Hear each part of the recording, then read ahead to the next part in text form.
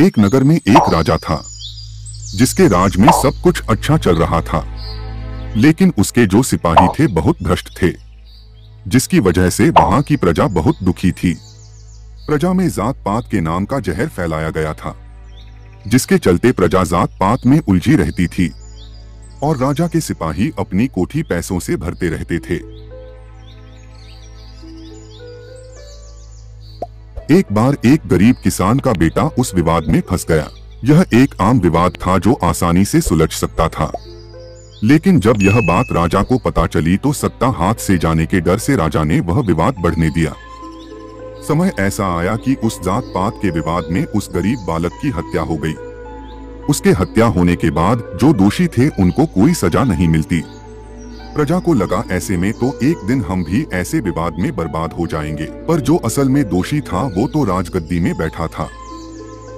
पर हत्या के बाद वह हुआ जो शायद उस नगर के इतिहास में पहली बार हुआ होगा। वहां की प्रजा किसी और राजा को मांग करने लगी जो उनके बीच का हो, पर समस्या यह थी कि राजा के सामने दावेदारी कौन पेश करे। तब ऐसा हुआ जिसकी कल्पना किसी ने भी नहीं की थी, जो यह थी कि राजा के विपक्ष में उस बालक के पिता को दावेदार बनाया जाता है और इत्तेफाक से प्रजा उस इंसान को राजा भी स्वीकार कर लेती है। तब प्रजा को उम्मीद थी कि वह ऐसी समस्या बिल्कुल नहीं आने देगा जो उसके ऊपर आई थी, पर हुआ बिल्कुल उसके विपरीत। नया राजा सत्ता के माया में इतना फंसा कि भूल गया कि उसका सिंहासन उसके स्वयं के पुत्र के कब्र के ऊपर बना है। जो पहले राजा के सैनिक भ्रष्ट थे, वैसे ही नए राजा के नए भ्रष्ट सैनिक आ गए और आज भी उस नगर में अंधकार फैला हुआ है। बस फैलाने वाला बदल गया है।